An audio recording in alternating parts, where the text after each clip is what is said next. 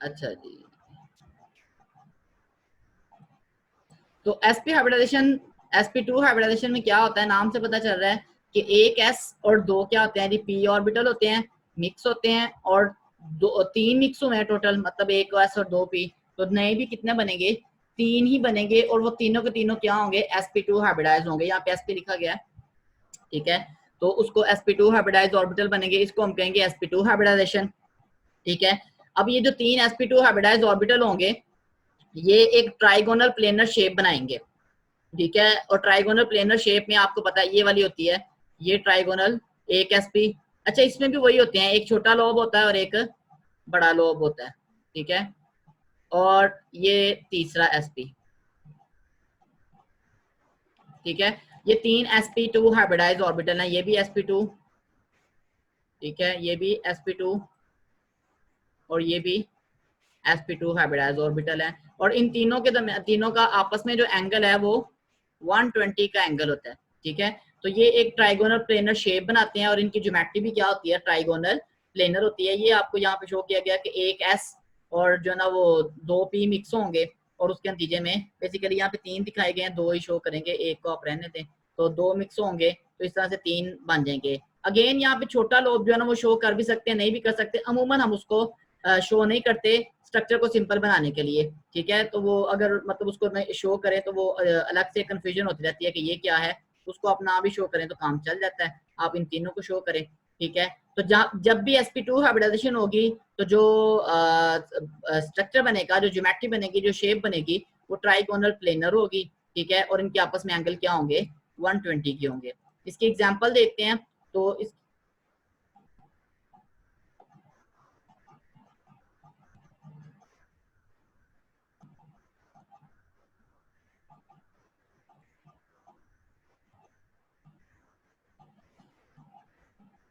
अच्छा जी, इसकी एग्जांपल है formation of BCl3, boron trichloride, सबसे पहली एग्जांपल इसकी। तो वो बोरोन की इलेक्ट्रॉनिक कॉन्फ़िगरेशन तरीका हमारा वही है। बोरोन की जो इलेक्ट्रॉनिक कॉन्फ़िगरेशन है, उसमें ग्राउंड स्टेट कॉन्फ़िगरेशन में उसमें एक सिर्फ अनपेड इलेक्ट्रॉन है p में, ठीक है। और जो उसकी आ जाती है एक्साइटेड स्टेट कॉन्फ़िगरेशन, उसमें s से एक इलेक्ट्रॉन p में चला जाता है, ठीक है। तो अब इसके तीन जो है ना वो अनपेड हो जाते हैं, ये तीनों को तीनों हाइब्रिडाइज होते हैं, और sp2 तीन हमारे पास sp2 हाइब्रिडाइज ऑर्बिटल बन जाते हैं।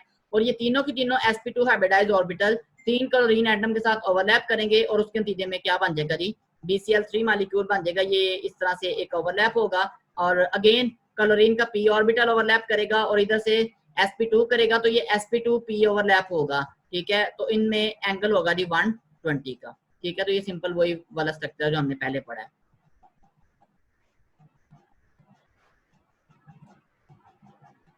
नेक्स्ट एग्जांपल, लास्ट हमारी एग्जांपल है फॉर्मेशन ऑफ इथीन, ठीक है ना। अल्कीन्स आपको पता है डबल बॉन्डेड होते हैं, कार्बन जिसमें कार्बन के साथ डबल बॉन्ड बना होता है, और हर कार्बन के साथ दो हाइड्रोजन अटैच होते हैं। ये किस तरह से बनता है, इसको भी एक्सप्लेन करती है sp2 हाइब्रिडाइजेशन। sp2 हाइब्रिडाइजेशन किस तरह से एक्सप्लेन करती है कि भाई कार्बन की ग्राउंड स्टेट इलेक्ट्रॉनिक कॉन्फ़िगरेशन ये होती है, ठीक है। एक्साइटेड स्टेट में एक इलेक्ट्रॉन हमेशा की तरह इसका यहाँ से s से एक्साइट होकर p में आता है। अब इसके तीन जो ना वो ऑर्बिटल हाइब्रिडाइज होते हैं, एक s और दो p, ये तीनों हाइब्रिडाइज होते हैं, और तीन नए बनते हैं, जिनको हर एक को हम क्या कहते हैं, sp2 हाइब्रिडाइज कहते हैं। और एक जो p है उसने हाइब्रिडाइजेशन में हिस्सा नहीं लिया। एक बात याद रखें, आप कोई सा भी p जो है ना वो अलग शामिल कर सकते हैं हाइब्रिडाइजेशन में, और कोई सा भी नहीं कर सकते, तीनों एक जैसे हैं, तीनों में कोई फर्क नहीं है। मतलब मैंने यहाँ पे x को शामिल नहीं किया, तो आप z को भी आप z को बाहर रख सकते हैं, ठीक है। तो किसी को भी बाहर रखा जा सकता है, उससे कोई फर्क नहीं पड़ता, ठीक है। तो मतलब ये है कि इसके पास तीन हाइब्रिडाइज्ड ऑर्बिटल है, और एक जो है वो अनहाइब्रिडाइज्ड ऑर्बिटल है, ठीक है। तो अब ये जो तीन हाइब्रिडाइज्ड ऑर्बिटल हैं, ये किस तरह से बॉन्ड बनाएंगे, ये हमें पता, तीन सिग्मा बॉन्ड बनाते हैं। तो अब हर कार्बन के पास तीन sp2 हाइब्रिडाइज्ड हैं, और एक अनहाइब्रिडाइज्ड p है। हमें पता है कि जो sp हाइब्रिडाइज्ड ऑर्बिटल है वो सिर्फ सिग्मा बॉन्ड बनाते हैं, ठीक है। तो इसमें हम जो ना वो एग्जांपल ये लेते हैं कि हमारे पास दो कार्बन है, ठीक है, और दोनों के दोनों की हाइब्रिडाइजेशन जो है वो sp2 है, ठीक है। अब sp2 हाइब्रिडाइजेशन को हम इस तरह से रिप्रेजेंट कर सकते हैं, एक दो ठीक है, और 3, ठीक है। और इसी तरह से एक दूसरा भी हमारे पास कार्बन होगा जिसके पास 3 हाइब्रिडाइज्ड ऑर्बिटल होंगे, सही है। और ये जो है अनहाइब्रिडाइज्ड ऑर्बिटल, ये वाला, ठीक है। इसी तरह हमारे पास एक दूसरा भी कार्बन होगा जिसके पास जो ना वो ये दूसरा कार्बन, ये उसका एक sp2, ये दूसरा sp2 और ये तीसरा sp2, और ये उसका क्या हो गया अनहाइब्रिडाइज्ड, ठीक है। ये भी sp2, ठीक है, ये भी sp2। अब ये जो दो sp2 इसके रहते हैं, हर कार्बन के दो दो sp2 फारग पड़े हुए हैं, इनके साथ ओवरलैप करता है हाइड्रोजन, 1s ऑर्बिटल हाइड्रोजन का, हाइड्रोजन के अंदर होता ही 1s है, ठीक है। ये हाइड्रोजन है, ठीक है, इधर इधर भी हाइड्रोजन, इधर भी हाइड्रोजन लग देगा और इधर भी हाइड्रोजन लग देगा, ठीक है। और ये जो पी है इनका अनहाइब्रिडाइज्ड, ये साइड बाय साइड ओवरलैप करेगा और यहाँ पे पाई बॉन्ड बन जाएगा। तो इट मींस हर एटम ने एक सिग्मा, दो सिग्मा, तीन सिग्मा बॉन्ड बनाए हैं और एक पाई बॉन्ड बनाया है, ठीक है।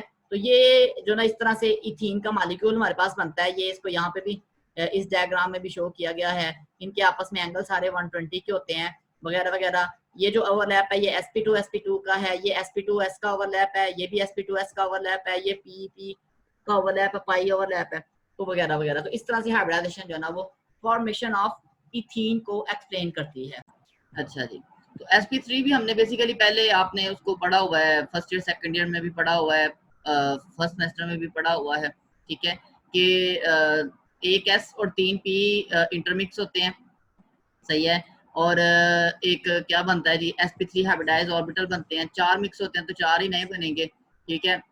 और ये जो चारों हैं ये टेट्राहेड्रल शेप बनाते हैं और इनकी ज्योमेट्री भी क्या होती है, टेट्राहेड्रल होती है। अच्छा, और इनके दरमियान जो एंगल है टेट्राहेड्रल एंगल वो हमने बड़ा उसको पढ़ा हुआ है, 109.5 होता है, ठीक है। तो कोई भी ऐसा मॉलिक्यूल जिसकी ज्योमेट्री टेट्राहेड्रल होगी, ठीक है, उसके अंदर हाइब्रिडाइजेशन क्या होगी, sp3 होगी। मैं ज्योमेट्री की बात कर रहा हूँ, आपने दो चीजें पढ़ी हुई ना, शेप एंड ज्योमेट्री, ठीक है ना। तो ज्योमेट्री वो होती है जिसमें आप बॉन्ड पेयर भी शामिल करते हैं, लॉन पेयर भी शामिल करते हैं, वो ज्योमेट्री होती है। तो मैं कह रहा हूँ कि अगर किसी मॉलिक्यूल की ज्योमेट्री sp3 वाली है तो इसके लिए लाजमी बात है कि उसके अंदर हाइब्रिडाइजेशन कौन सी होगी, sp3 हाइब्रिडाइजेशन होगी। इससे पहले हमने ना वेस्पर थ्योरी पढ़ी थी। वेस्पर थ्योरी हमें टेट्राहेड्रल का तो बताती है कि भाई टेट्राहेड्रल ज्योमेट्री होती है, ठीक है, लेकिन वो हमें ये नहीं बताती कि टेट्राहेड्रल ज्योमेट्री या शेप क्यों होती है। उसका आंसर, उस क्यों का आंसर हम यहाँ पे हाइब्रिडाइजेशन में देते हैं कि एक s और 3 p ऑर्बिटल मिक्स होते हैं और 4 sp3 ऑर्बिटल्स बनते हैं। इनकी शेप एक जैसी होती है, एक छोटा लोब एक बड़ा लोब, ठीक है। तो ये चारों के चारों एक टेट्राहेड्रल इस तरह का जो है वो एक स्ट्रक्चर बनाते हैं, एंगल होते हैं 109.5 के, सही है। अच्छा, इसकी एग्जांपल, एक तो इसकी सबसे मशहूर और मरूफ एग्जांपल है फॉर्मेशन ऑफ मीथेन, ठीक है। मीथेन कैसे बनता है कि कार्बन की ये ग्राउंड स्टेट कॉन्फ़िगरेशन कल की हम पढ़ रहे हैं, एक्साइटेड स्टेट कॉन्फ़िगरेशन में एक इलेक्ट्रॉन यहाँ से इधर चला जाता है, ठीक है, तो एक्साइटेशन हो जाती है। फिर ये जो चारों अनपेयर्ड वाले हैं एक s और 3 p, ये ओवरलैप करते हैं और 4 ही नए sp3 हाइब्रिडाइज्ड ऑर्बिटल बनते हैं, ठीक है। इन सब के पास एक एक इलेक्ट्रॉन है। इन चारों के चारों sp3 हाइब्रिडाइज के साथ एक एक हाइड्रोजन जो है वो आके क्या कर सकता है, ओवरलैप कर सकता है। और हाइड्रोजन जब अपना एक एक इलेक्ट्रॉन इनके साथ शेयर करेगा तो इस तरह से मतलब यहाँ पे भी हाइड्रोजन शेयर कर सकता है, यहाँ पे भी शेयर कर सकता है, यहाँ पे भी शेयर कर सकता है, यहाँ पे भी शेयर कर सकता है। और इस तरह से इनके साथ 4 हाइड्रोजन एटम जुड़ जाते हैं कार्बन के साथ और एक मॉलिक्यूल बनता है जिसको हम मीथेन कहते हैं। तो इनफैक्ट जितने भी सैचुरेटेड कंपाउंड्स हैं कार्बन के, जितने भी ऐसे कंपाउंड्स हैं, तमाम कंपाउंड जिनमें कार्बन के साथ 4 दूसरे एटम्स अटैच हैं, उसके अंदर उसकी हाइब्रिडाइजेशन जो होती है वो कौन सी होती है, sp3 होती है, ठीक है। तो ये आपने एक छोटी सी बात याद रखनी है कि कार्बन के साथ अगर 4 बॉन्ड बने, कार्बन 4 बॉन्ड बनाता है हमेशा, ठीक है। अगर वो 4 बॉन्ड जो है वो 4 एटम्स के साथ बने हुए हैं, ठीक है, चाहे वो 4 हाइड्रोजन है, चाहे वो 4 कार्बन है, चाहे वो 4 ऑक्सीजन है, जो भी है फर्क नहीं पड़ता। अगर वो 4 बॉन्ड 4 एटम्स के साथ बने हुए हैं तो हाइब्रिडाइजेशन होगी sp3, ठीक है। लेकिन अगर वो 4 बॉन्ड 4 ही हैं कार्बन के, एटम 3 है, 3 एटम है, तो इसका मतलब ये है कि एक के साथ उसने डबल बॉन्ड बनाया हुआ है। जब ये वाली सूरत होगी तो हाइब्रिडाइजेशन होगी sp2 होगी, ठीक है। और अगर उसने 4 बॉन्ड बनाए हुए हैं, 4 बॉन्ड हैं कार्बन के जो कि हमेशा बनते हैं, बॉन्ड 4 हैं लेकिन एटम कितने हैं, 2 एटम है, ठीक है। यहाँ पे दो भी सिचुएशंस आ जाती हैं कि आमतौर पे इसमें जो ना वो दोनों हाइब्रिडाइजेशन पॉसिबल है, sp2 भी पॉसिबल है और sp, बल्कि यहाँ पे हमेशा हाइब्रिडाइजेशन होगी sp, हाँ हमेशा sp हाइब्रिडाइजेशन होगी। तो ये एक छोटा सा ट्रिक है कार्बन के बारे में, अगर हमने बताना हो कि कार्बन की हाइब्रिडाइजेशन किसी जगह पे क्या है। मिसाल के तौर पर यहाँ पे देखें ना, ये एक कंपाउंड है C डबल बॉन्ड O, इसके साथ इधर H लगा हुआ है, इधर CH3 या जो भी लगा हुआ है। अब देखें ये जो दरमियान वाला कार्बन है, ये वाला कार्बन, इसके साथ 3 एटम जुड़े हुए हैं दूसरे, एक ऑक्सीजन, दूसरा हाइड्रोजन, तीसरा ये वाला कार्बन, ठीक है। तो जब 3 जुड़े होंगे तो उसकी हाइब्रिडाइजेशन क्या होगी, sp2 sp2। होगी, ठीक है। तो ये एक छोटा सा उसमें है, ये आपने ऑलरेडी ये चीजें पढ़ी हुई हैं, सही है। ये उसकी शेप, ये उसकी ज्योमेट्री वगैरह वगैरह। इसकी एक दूसरी एग्जांपल sp3 की, फॉर्मेशन ऑफ अमोनिया, ठीक है। अब ये आपके पास एक नई तरह की हाइब्रिडाइजेशन आपके लिए एक थोड़ी सी नहीं है, ठीक है। किस लिहाज से नहीं है कि अमोनिया में हाइब्रिडाइजेशन, सॉरी नाइट्रोजन में जब हाइब्रिडाइजेशन होती है तो उसमें एक्साइटेशन नहीं होती, ठीक है। नाइट्रोजन की जो ग्राउंड स्टेट इलेक्ट्रॉनिक कॉन्फ़िगरेशन है वो ये है 1s2 2s2 2p3। अच्छा एक बात मैंने कल भी कही थी कि 1s का कोई रोल नहीं होता इस सारे प्रोसेस में, इसको हम ऐसे साथ ड्रा कर रहे हैं, इसको ना भी ड्रा करें तो हमारा गुजारा हो जाता है, ठीक है। हम सिर्फ आउटर मोस्ट शेल को जो ना वो ड्रा करते हैं। तो आउटर मोस्ट शेल जो है इसका वो ये है 2s और 2p, ठीक है। 2s फील्ड है, कंप्लीटली फील्ड है, और 2p जो ना वो हाफ फील्ड है, ठीक है, 3 अनफील्ड इलेक्ट्रॉन है। अब ये as such without any excitation ये क्या करता है, क्योंकि एक्साइटेशन के लिए आगे कोई खाली अवेलेबल नहीं है, एक्साइटेशन के लिए खाली अवेलेबल भी तो होना चाहिए ना ऑर्बिटल, ठीक है। जब खाली ऑर्बिटल ही अवेलेबल नहीं है तो एक्साइटेशन नहीं होगी, ठीक है।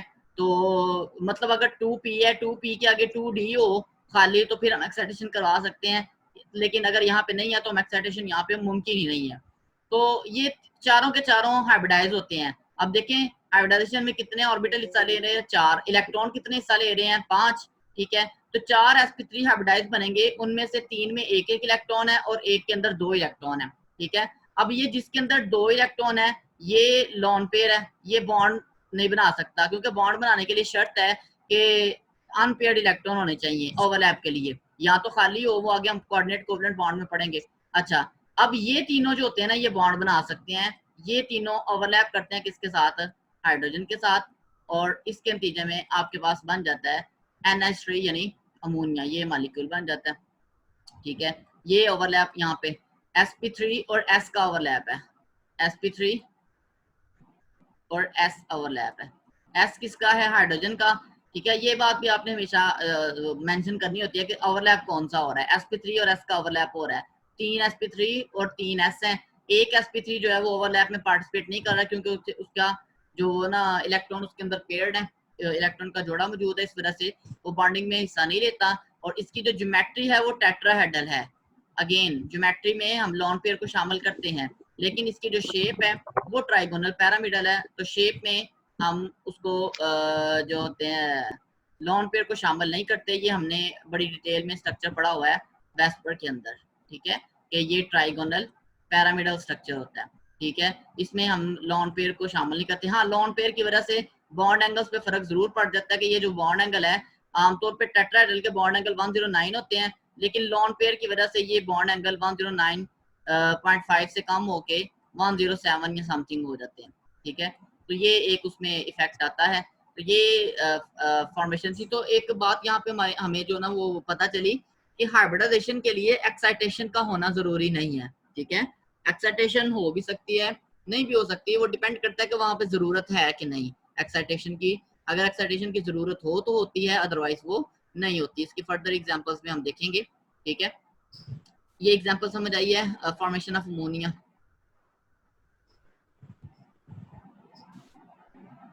Yes sir. अच्छा जी, खैर ये तो थी हमारी सिंपल सिंपल हाइब्रिडाइजेशन जो आपने पहले भी पढ़ी हुई है, ठीक है। और एक आगे एक नई हाइब्रिडाइजेशन आ रही है जो आपने मेरा ख्याल इससे पहले नहीं पढ़ी होगी, DsP2 हाइब्रिडाइजेशन। इसमें अब d ऑर्बिटल इन्वॉल्व हो रहा है, ठीक है। तो नाम से पता चल रहा है कि DsP2 का मतलब क्या है कि एक d होगा, एक s होगा, दो p होंगे, ठीक है। तो एक ऐसी हाइब्रिडाइजेशन है जिसमें एक s पार्टिसिपेट करता है, दो p पार्टिसिपेट करते हैं, और p मैंने डेजिनेट किए हैं, px करता है और py करता है, pz पार्टिसिपेट नहीं कर सकता, ठीक है। ये इसमें बड़ी क्लियर बात है। पहली जब जो हमने हाइब्रिडाइजेशन पढ़ी है उसमें कोई कैद नहीं है, जो सा मर्जी पी जो है ना वो शामिल करें, जो सा मर्जी यहाँ शामिल करें। मसलन एसपी में अगर आपने करवानी है तो चाहे एक एस ले लें, एक पी एक्स ले लें, चाहे पी वाई ले लें, पी जी ले लें, कोई फर्क नहीं पड़ता, ठीक है। इसी तरह एसपी2 में आपने दो पी लेने हैं तो कोई से भी तीनों में से कोई से भी दो पी ले सकते हैं। लेकिन जब DsP2 हाइब्रिडाइजेशन होगी तो उसमें जो पी पार्टिसिपेट करेंगे वो हमेशा px और py होगी, ठीक है। अच्छा, तो और एक d पार्टिसिपेट करता है, और वो d भी कौन सा होता है, x square y square. d आपको पता है 5 जो ना वो d ऑर्बिटल होते हैं 5 तरह के, ठीक है। एक d x square y square होता है, ठीक है, और एक d c स्क्वायर होता है।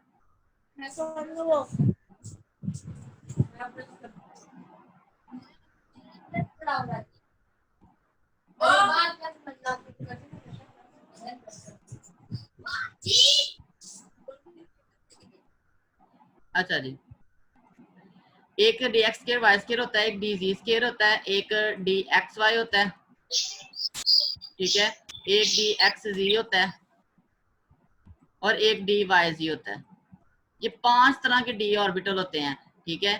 तो इनमें से इनमें फर्क किस चीज का होता है, इनमें फर्क होता है इनकी पोजीशन का। D x square Y square x और वाई एक्सिस पे होता है, डी जी स्क्वायर सिर्फ जी एक्सिस पे होता है।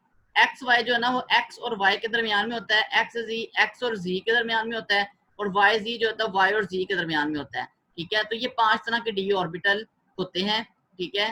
तो हमें इस हाइब्रिडाइजेशन में जो पार्टिसिपेट करने के लिए पार्टिसिपेट करता है वो d x square Y square करता है, सही है। और जो पी करते हैं वो पी एक्स और वाई करते हैं, ठीक है। अब यहाँ पे इन दो चीजों से हमें एक छोटा सा आइडिया हो रहा है कि जो हमारे पास हाइब्रिडाइजेशन हो रही है ना वो सिर्फ एक्स और वाई एक्सिस के अलोंग हो रही है, और दो एक्सिस मिलके, ठीक है, दो एक्सिस मिलके क्या बनाते हैं, दो एक्सिस मिलके बनाते हैं एक प्लेन बनाते हैं, जहाज वाला प्लेन नहीं, सही है ना। कौन सा प्लेन क्या होता है भला, प्लेन किसको कहते हैं, बताएगा कोई। सर स्मूथ जो होता है बिल्कुल एक एक तरह का सेम। एक तरह का सेम मतलब वाइट हो, सर स्मूथ मतलब सर सतह जो हमवार होती है। सर एक ही डायरेक्शन। एक ही डायरेक्शन में। बताएं जरा, प्लेन को डिफाइन करें, प्लेन क्या होती है। स्मूथ मतलब अगर कोई रफ है तो वो प्लेन नहीं होगा। अच्छा, नो सर। एक वो प्लेन आप शीशे वाला प्लेन समझ रहे हैं ना, मैं फिजिक्स की प्लेन ले रहा हूँ। टू जो ना वो प्लेनर स्ट्रक्चर है, या वो डायमेंशन की बात कर रहा हूँ, 2D की बात कर रहा हूँ। देखें, दो डायमेंशन जो होती है ना, एक ये डायमेंशन जिसको आप डायरेक्शन भी कह सकते हैं, और एक ये डायमेंशन, ये दो डायमेंशन मिलके एक प्लेन बनाते हैं। जैसे आपकी दीवार है ना, एक दीवार एक प्लेन है, ठीक है, उस दीवार के सारे जर्रात एक प्लेन में है, ठीक है। तो इस तरह से जो ना वो प्लेन वो होता है जिसमें सारी चीजें एक ही जो ना वो जो ना वो क्या उसे कहते हैं, दो डायरेक्शंस में फॉलो, दो एक्सिस पे फॉलो कर रहे हो, या एक्स पे या वाई पे, या कोई भी दो एक्सिस ले सकते हैं, ठीक है। इन दो के अलावा कहीं ना जाए। अगर कोई तीसरा एक्सिस भी इन्वॉल्व होता है तो फिर वो जो ना वो प्लेन एक नहीं रहती, वो उसमें जो ना वो 3D स्ट्रक्चर बन जाता है, 3 डायमेंशंस बन जाती हैं उसमें। बहरहाल, तो यहाँ पे जो हाइब्रिडाइजेशन में पार्टिसिपेट कर रहे हैं वो एक्स वाई कर रहा है और एक्स स्क्वायर वाई स्क्वायर कर रहा है। यहाँ से हमें आइडिया हो रहा है कि ये सारे जो ना वो एक ही प्लेन में फॉल करेंगे, एक प्लेन दो एक्सिस से मिलके बनती है, ठीक है। तो इसके नतीजे में 4 जो ना वो नए DsP2 बनते हैं जो कि एक स्क्वायर प्लेनर स्ट्रक्चर बनाते हैं। स्क्वायर प्लेनर सिंपल ये है, स्क्वायर, ठीक है। एक जो आपके वो होता है क्या कहते हैं, क्या ऐसे कहते हैं उर्दू में, मुरब्बा कहेंगे ना, हाँ, मुरब्बा जो होता है उसके जो चारों कोने हैं वो एक ही प्लेन में फॉल कर रहे हैं, ठीक है। वो जो ना वो एक ही प्लेन में क्या कर रहे हैं, फॉल कर रहे हैं, ठीक है। लेकिन एक आपके पास ये भी होता है, क्यूब भी होता है,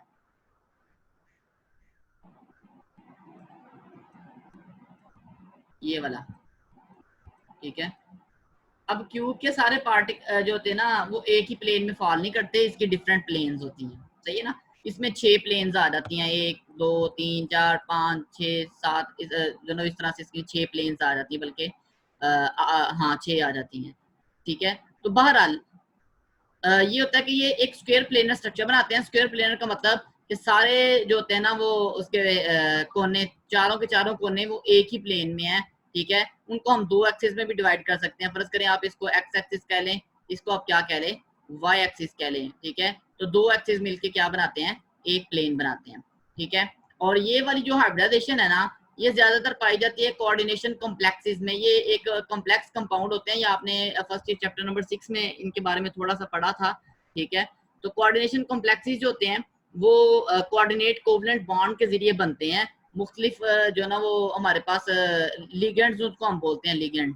लिगेंड क्या होता है, एक ऐसा एटम या एटम का ग्रुप होता है जो किसी मेटल को, ठीक है, मेटल को अपने इलेक्ट्रॉन का पेयर क्या कर देता है, डोनेट कर देता है, कोऑर्डिनेट कोवलेंट बॉन्ड बनाता है। तो उस मेटल के साथ कोऑर्डिनेट कोवलेंट बॉन्ड बनाने वाले को हम लिगेंड कहते हैं, ठीक है। वो लिगेंड ऑक्सीजन भी हो सकता है, वो OH भी हो सकता है, ठीक है, वो NH3 भी हो सकता है, ठीक है, और वो OH नेगेटिव भी हो सकता है, वो ऊपर भी आ गया H2O भी हो सकता है। तो कोई भी चीज जो मेटल को इलेक्ट्रॉन का पेयर डोनेट करके उसके साथ बॉन्ड बनाती है उसको कोऑर्डिनेट कोवलेंट बॉन्ड, उसको हम लिगेंड, ये मैंने पहले भी मेरा ख्याल आपको बताया हुआ जहाँ पे मैंने कोऑर्डिनेट कोवलेंट बॉन्ड पढ़ाया था। अगर आपकी जो ना वो मिड से पहले वाली यादाश्त अभी बाकी हो तो शायद मेरा ख्याल वहां पे भी ये डिस्कशन हुई थी। खैर वहां पे मैंने कॉम्प्लेक्सेस का थोड़ा सा आइडिया दिया था कि कोऑर्डिनेशन कॉम्प्लेक्सेस क्या होते हैं, ठीक है ना। अगर जो ना वो यादाश्त आपकी चली गई या मिड से पहले वाली तो आप उसको वहां से थोड़ा सा देख सकते हैं, ठीक है। एनी हाउ, तो अब हमने देखना है कि किस तरह से DsP2 हाइब्रिडाइजेशन होती है इसमें। इसके लिए हम एक कॉम्प्लेक्स की एग्जांपल ले रहे हैं, निकल का कॉम्प्लेक्स है, ठीक है, जिसमें निकल के साथ 4 साइनाइड ग्रुप जुड़े होते हैं। अच्छा, निकल जो निकल कॉम्प्लेक्स बनाने में पार्टिसिपेट करता है ना उसके ऊपर +2 चार्ज होता है, ठीक है। अच्छा, निकल के अंदर जो है ना वो कोबाल्ट निकल कॉपर, हाँ निकल के अंदर होते हैं 28 इलेक्ट्रॉन्स, ठीक है। निकल के 28 इलेक्ट्रॉन्स हैं, ठीक है। और इसकी जो इलेक्ट्रॉनिक कॉन्फ़िगरेशन है ना वो 1s2 2s2 2p6, ठीक है। उसके बाद 3s2 3p6 और 4s2 3d8 होती है इसकी कॉन्फ़िगरेशन, सही है ना। ये इसकी इलेक्ट्रॉनिक कॉन्फ़िगरेशन है। इसमें से हमारे काम की ना ये एंड वाली है, इसको मैं यहाँ पे ड्रॉ करने लगा हूँ, सही है ना। अच्छा, अब जब हम इसको ड्रॉ करते हैं कॉन्फ़िगरेशन में तो 4s पहले आता है 3d बाद में आता है, लेकिन जब पोजीशन के एतबार से, ठीक है, 3d अंदर की तरफ है 4s बाहर की तरफ है। तो जब निकल के ऊपर +2 चार्ज होगा तो उसके 4s में से दोनों इलेक्ट्रॉन निकल जाएंगे और 3d में 8 इलेक्ट्रॉन इसके रह गए हैं। तो ये इसकी, इसको आप कह सकते हैं ग्राउंड स्टेट कॉन्फ़िगरेशन ऑफ निकल आयन, कैटायन है ये बेसिकली। निकल का जो कैटायन है उसकी इलेक्ट्रॉनिक कॉन्फ़िगरेशन जो ना वो कुछ इस तरह से होती है कि उसका 4s खाली है, 4p भी खाली है और 3d में 8 इलेक्ट्रॉन है, सही है ना। अच्छा, अब जब इसके साथ 4 साइनाइड बॉन्ड बनाने के लिए आ रहे हैं ना तो वो 4 साइनाइड क्या करते हैं कि वो अपनी रिपल्शन लगा के ये जो 2 इलेक्ट्रॉन यहाँ पे है ना, ये जो अनपेयर्ड इलेक्ट्रॉन, इनको पेयर्ड करवा देते हैं। कैसे कि वो उनको फोर्स करके ना इस वाले इलेक्ट्रॉन को भी इधर शिफ्ट कर देंगे, ठीक है। तो इसका मतलब क्या होगा कि ये सारे के सारे 8 इलेक्ट्रॉन 4 ऑर्बिटल में, 4d ऑर्बिटल में क्या हो गए, पेयर्ड हो गए। अब एक d खाली हो गया है, ठीक है। तो ये जो d खाली हुआ है इस d को और 4s को और 2 4p को मिला के हम हाइब्रिडाइजेशन करवा लेते हैं, DsP2 हाइब्रिडाइजेशन इसको हम कहते हैं, ठीक है।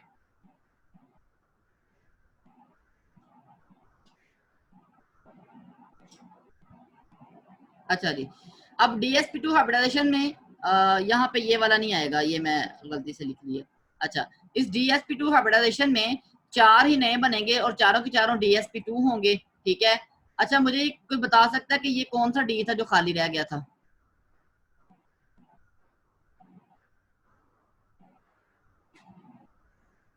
ये जो D इधर खाली रखा है, ये वाला D, ये कौन सा D है? सर क्या क्वेश्चन पूछा आप?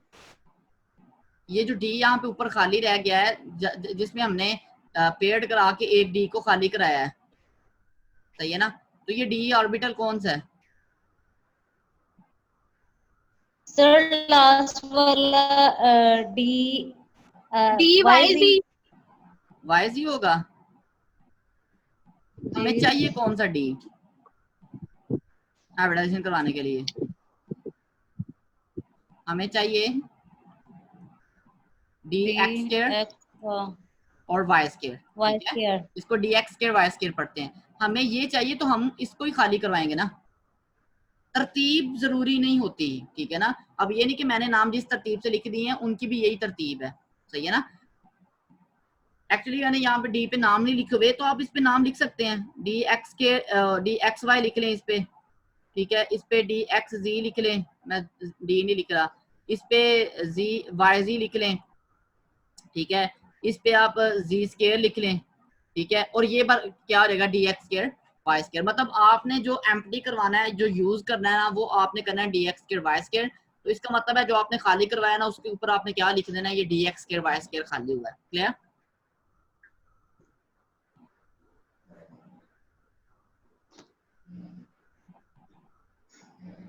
हाँ जी, ये समझ आई बात? जी सर। ठीक है। तो अच्छा, अब यहाँ पे एक डी पार्टिसिपेट कर रहा है जिसको हमने कहा ये d x square y square है, एक एस है, ठीक है, और दो पी हैं। पी कौन कौन से हैं बताएं जरा। ये जो दो पी हिस्सा ले रहे हैं, एक नहीं ले रहा, कौन से दो पी हिस्सा ले रहे हैं? सर पी एक्स और पी वाई। P y. हाँ शाबाश, पी एक्स और पी वाई हिस्सा ले रहे हैं। ये यहाँ पे नजर आ रहा है कि पी जी जो है वो हिस्सा नहीं ले रहा, ठीक है। तो यहाँ पे ये वाला नहीं है, ये मैंने इसको मैं भी रिमूव भी कर देता हूँ, ठीक है। तो ये यहाँ पे ये नहीं है, एनी हाउ। तो ये हमारे पास चार हाइब्रिडाइज आ गए। लेकिन यहाँ पे मजे की बात यह है कि हाइब्रिडाइजेशन में जिन ऑर्बिटल्स ने पार्टिसिपेट किया है वो सारे के सारे खाली हैं, ठीक है ना। वो सारे के सारे क्या हैं, खाली है, उनके अंदर कोई इलेक्ट्रॉन नहीं है। तो अब इन सारे चारों के चारों खाली जो ऑर्बिटल्स हैं उनमें हर एक लिगेंड अपने दो दो इलेक्ट्रॉन डोनेट करेगा कोऑर्डिनेट कोवलेंट बॉन्ड के जरिए। तो ये दोनों इलेक्ट्रॉन लिगेंड की तरफ से आए हैं, कोऑर्डिनेट कोवलेंट बॉन्ड को हम एरो से शो करते हैं, ठीक है। तो दो दो इलेक्ट्रॉन जो ना वो शेयर करके चार साइनाइड इसके साथ क्या हो जाएंगे, अटैच हो जाएंगे और ये स्क्वायर प्लेनर स्ट्रक्चर बना देंगे, ठीक है। तो ये जो ना वो हाइब्रिडाइजेशन हुई है जिसको हम कहते हैं DsP2। समझ आई है इसकी?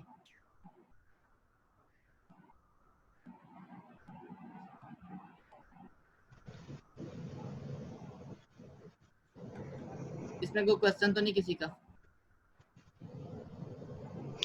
No sir. सर ये जो आप ये बताया कि 3D8 वाला, सर यहाँ पे जहाँ पे आपने ब्लैक कलर से इसको आउट किया हुआ है, हाँ सर जी। यहाँ से समझ नहीं आई सर। ये मतलब ये कैसे याद रहेगा कि एक्स और वाई स्केयर ही है कि, मतलब सर ये जरूरी है कि जो पूछा हुआ है वही एम्प्टी रखना है उसी नहीं, ऑर्बिटल को? असल में आपने जो ना वो DsP2 हाइब्रिडाइजेशन में जब हमने डेफिनेशन में ये बात कह दी कि इसमें सिर्फ एक डी पार्टिसिपेट कर सकता है और वो एक्स स्क्वायर वाई स्क्वायर है, कोई और डी पार्टिसिपेट नहीं कर सकता इसमें, जी सर। ठीक है। तो फिर इट मींस कि जो आपने खाली करवाया है ना वो भी कौन सा होगा, D x square Y square ही होगा, क्योंकि वही यूज कर सकते हैं, उसके अलावा आप किसी को यूज भी नहीं कर सकते।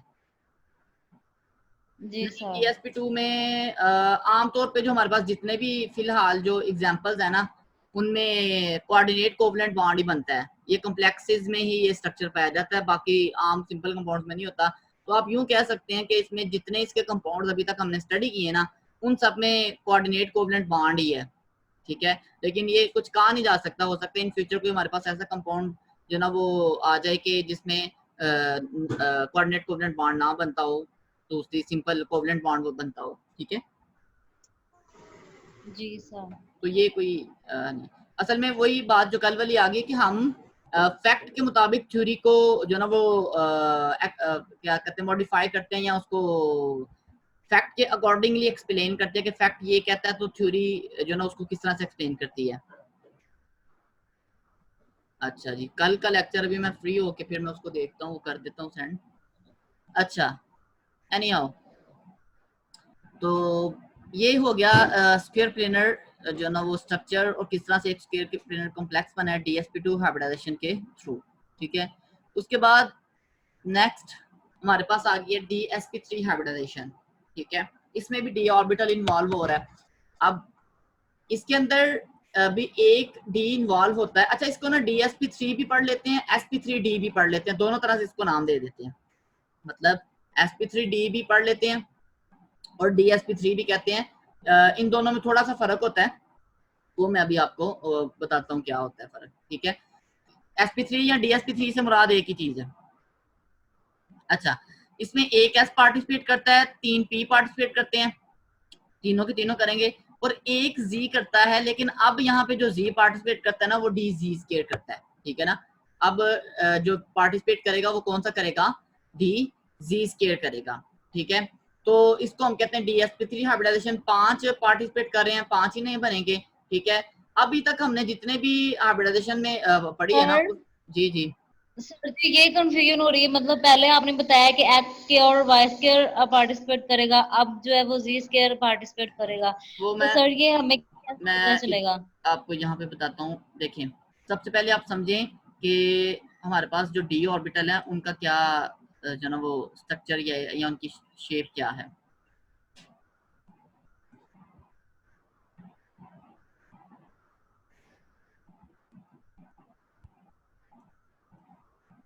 अच्छा जी, ये लेट्स सपोज ये x एक्सिस है, ये y एक्सिस है, ठीक है।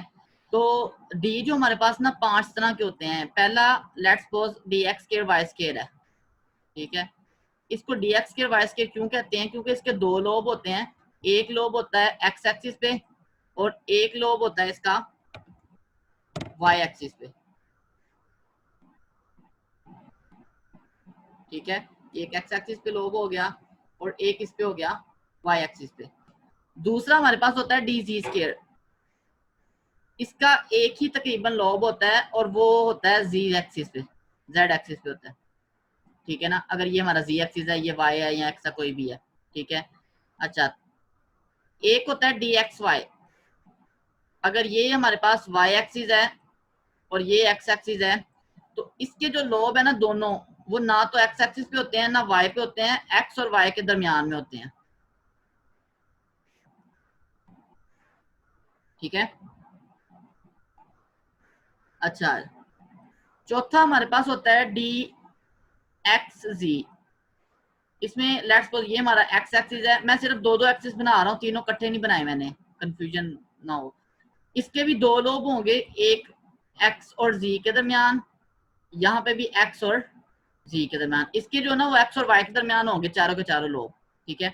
और आखिरी है dyz, ठीक है। ये लेट्स सपोज y एक्सिस है, ये लेट्स सपोज क्या है, z एक्सिस है। तो इसके चारों के चारों लोब किसके दरमियान होंगे, y और z के दरमियान होंगे। अच्छा, ये इनका एक बुनियादी सा एक जो ना वो डायग्राम्स हैं d ऑर्बिटल्स की।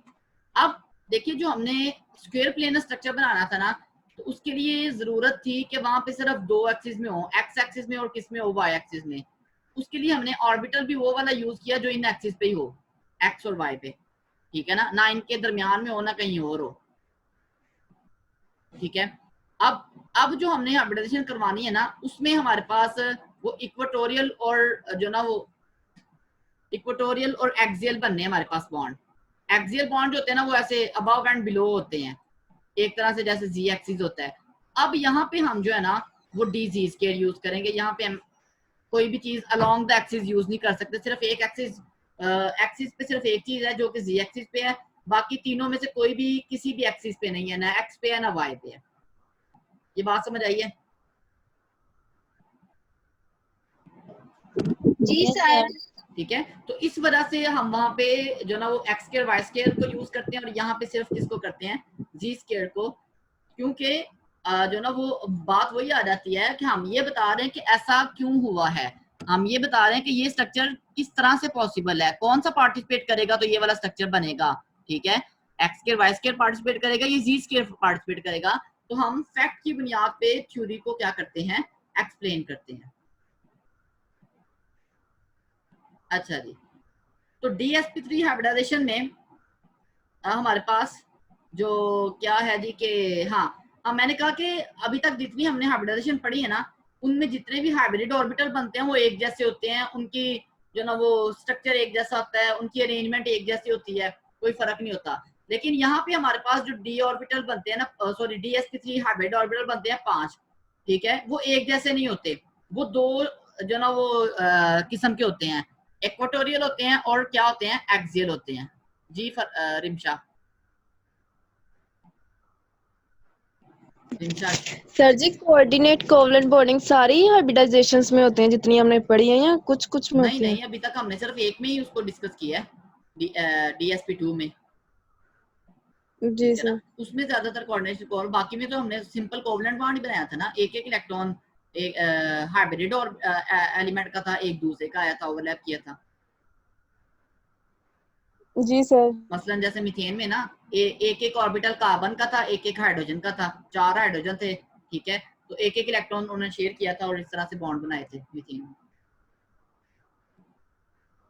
अच्छा, तो अब इसमें दो किस्म के सेट बनते हैं, एक्सियल और इक्वेटोरियल, ये हमने उसमें वेस्पर में पढ़ा हुआ है, ठीक है। तो ये जो 3 होते हैं, ये वाले 1 2 और 3, इनको हम कहते हैं ये इक्वेटोरियल जो ना वो ऑर्बिटल्स हैं, और ये जो अबव एंड बिलो वाले हैं इनको हम कहते हैं ये कौन से हैं, एक्सियल है। तो 2 एक्सियल होते हैं, 3 इक्वेटोरियल होते हैं। बॉन्ड एंगल भी हमने पहले पढ़े हुए हैं इसके, कि हमने पढ़ा हुआ है कि एक्सियल और इक्वेटोरियल में एंगल 90 का होता है, इक्वेटोरियल एक्सियल और एक्सियल में एंगल 180 का होता है, ठीक है, और इक्वेटोरियल में एंगल जो होता है वो क्या होता है, 120 का होता है। तो ये इस तरह से हमारे पास 5 sp3d या dsp3 जो होते हैं ना ऑर्बिटल, वो इस तरह से अरेंज हुए होते हैं, ठीक है। तो ये हाइब्रिडाइजेशन। अब इसके हम स्पेसिफिक एग्जांपल पे जाते हैं।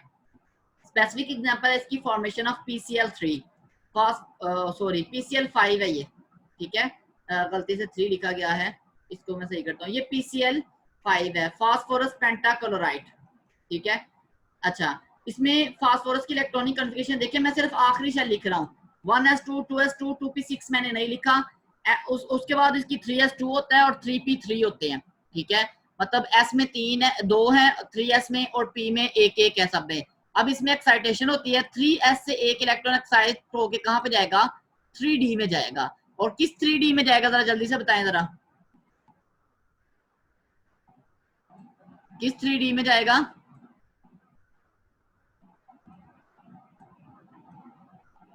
सर 3D जो x स्क्वायर y स्क्वायर में, z z स्क्वायर, स्क्वायर, ठीक है, ये किस में जाएगा, z स्क्वायर में। बाकियों से हमारा कोई लेना देना नहीं है, क्योंकि हमें इसी की जरूरत थी, तो हमने इस इलेक्ट्रॉन को इसमें भेजना है, क्लियर, ठीक है।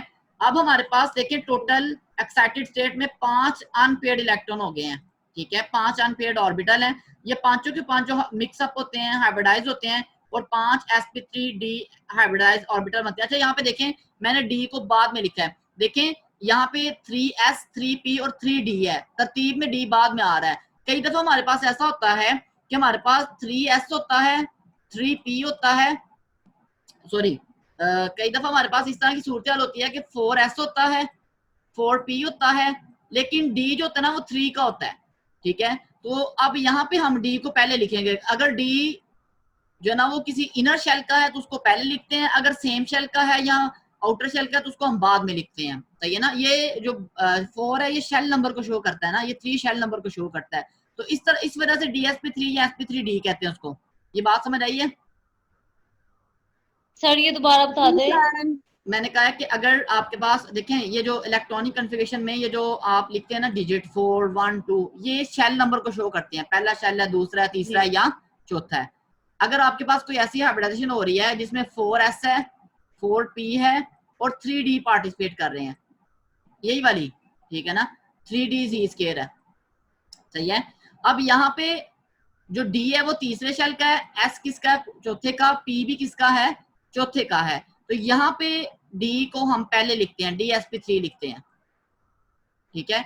लेकिन अगर ये सूरत हाल है कि sp3 का है, p भी 3 का है और d भी क्या है, 3 का है, तो यहाँ पे हम d को तरतीब से पहले s फिर p फिर d लिखते हैं, तो इसको हम sp3d लिखेंगे, सही है। जी सर, d आगे समझ पहले आना है, बाद में आना है, उसको एक्सप्लेन करना।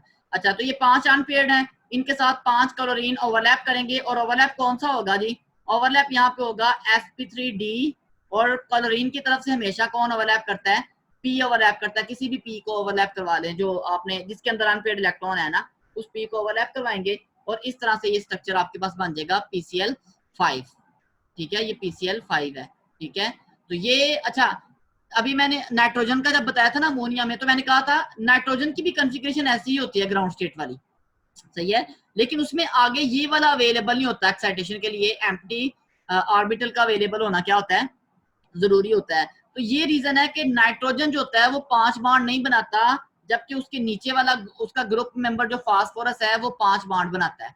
ठीक है ना, मतलब आपको जो ना वो नाइट्रोजन का, ये देखें आपको NH3 मिलता है, ठीक है, NH5 नहीं मिलता कहीं पे, ठीक है, लेकिन आपको जो फास्फोरस है उसका 3 वाला भी मिलेगा और 5 वाला भी मिलेगा। फास्फोरस 5 बॉन्ड बना सकता है, क्यों? क्योंकि उसके बाद एम्प्टी 3D अवेलेबल होता है जहां पे वो एक इलेक्ट्रॉन एक्साइट करके अनपेड इलेक्ट्रॉन की तादाद पूरी कर सकता है। सर NH4 पॉजिटिव भी होता है।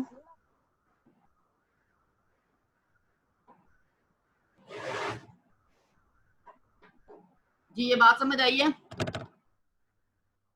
फास्फोरस 5 बॉन्ड नहीं बनाता है, नाइट्रोजन 5 बॉन्ड नहीं बनाता, हालांकि दोनों एक ही ग्रुप के मेंबर हैं। और मैंने इलेक्ट्रॉनिक कन्फिगरेशन में बताया था वैलेंसी जो होती है ना ग्रुप नंबर में सेम होती है, मतलब इस लिहाज से हम कह सकते हैं कि नाइट्रोजन की वैलेंसी सिर्फ 3 होती है, जबकि फास्फोरस की वैलेंसी 3 भी हो सकती है और 5 भी हो सकती है। वजह क्या है कि उसके पास 3D एम्प्टी अवेलेबल होता है जहां पे वो एक इलेक्ट्रॉन 3s से एक्साइट करके अनपेड 5 ऑर्बिटल कर सकता है।